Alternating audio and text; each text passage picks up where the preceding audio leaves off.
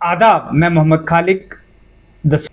आज की बातचीत है, वो बातचीत इस तरह से है, यानी गुजरे हुए कल 19 जून को ऑनरेबल सुप्रीम कोर्ट में एक केस आया।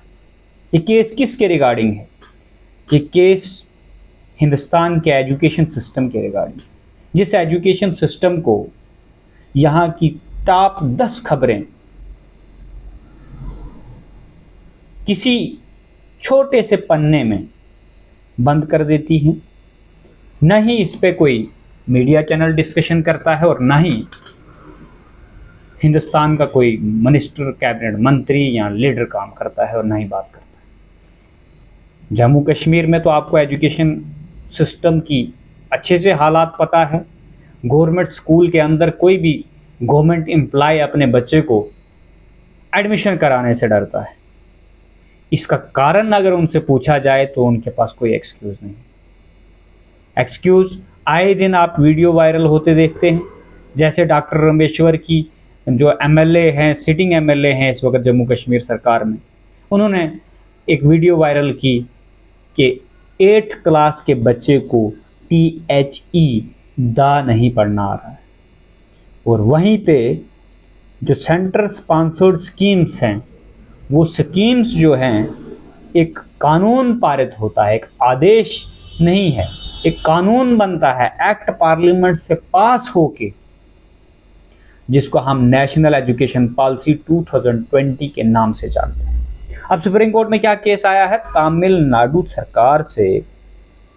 अब सुप्रीम कोर्ट ने एक प्ली को सुनने से मना कर दिया है, यानी मना नहीं किया है। सुप्रीम कोर्ट के अंदर वेकेशन बेंच चल रही है और वेकेशन बेंच के जजों ने मना कर दिया है सुप्रीम कोर्ट की। सुप्रीम कोर्ट ने कहा है कि ये जो प्ली है इसमें कोई अर्जेंसी नहीं है, हम इसको सुनेंगे, लेकिन सुनवाई वेकेशन बेंच के बाद होगी, क्योंकि एक ही बेंच बैठा है, इस वक्त कोर्ट में छुट्टियां चल रही।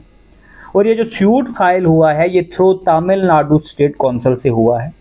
हैड सबमिटेड दैट, उसने ये सबमिट किया है, समग्र शिक्षा scheme was not connected to the National Education Policy 2020 and PM Shri School Scheme in any way।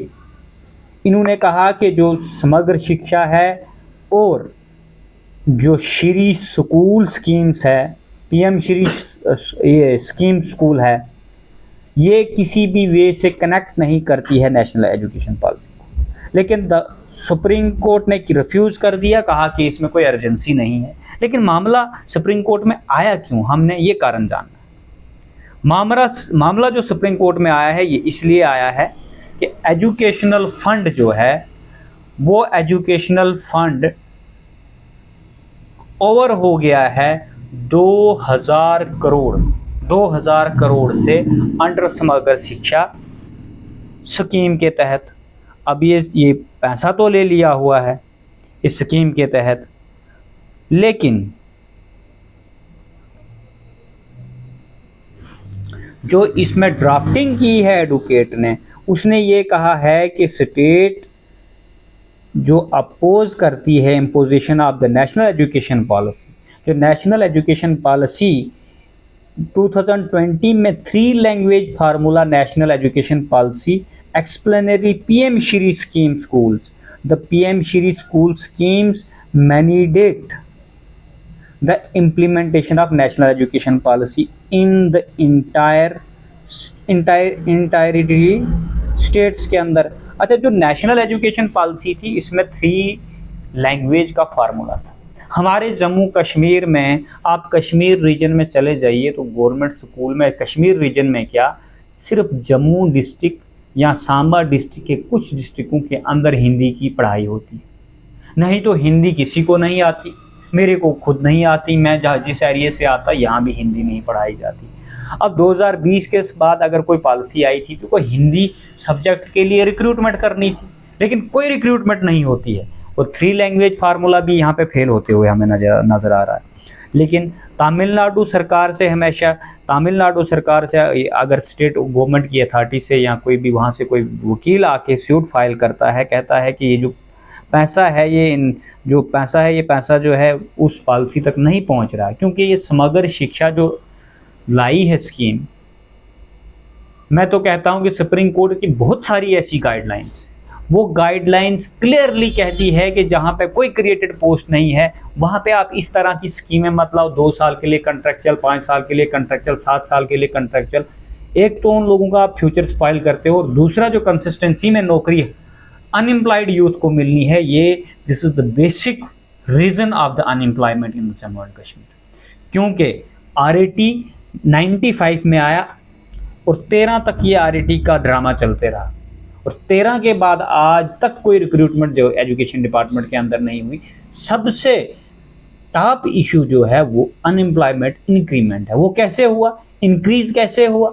क्योंकि जम्मू कश्मीर के अंदर जितनी भी ये कॉन्ट्रैक्चुअल की नीतियां हैं, इनकी वजह से जो कॉम्पिटेंट लोग नहीं है वो अंदर घुस गए हुए हैं, और जो कॉम्पिटेंट लोग हैं वो बाहर हैं, और अब वो नौकरी ढूंढ रहे हैं लेकिन उनको नौकरी नहीं मिल रही।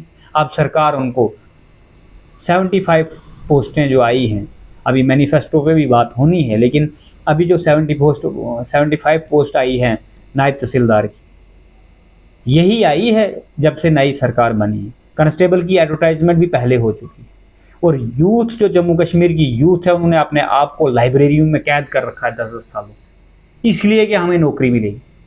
लेकिन अब सुप्रीम कोर्ट ने जब क्लियर कट गाइडलाइंस दी है कि हमें इस तरह की कोई भी स्कीम नहीं लानी है जिससे एक्सप्लॉयटेशन हो, जिससे मेरिट कंप्रोमाइज़ हो, लेकिन जम्मू कश्मीर में सारी ऐसी ही नीतियां हैं और उन्हीं के लिए रिजर्वेशन रखी गई। 100% रहबरे खेल, रहबरे तालीम, आज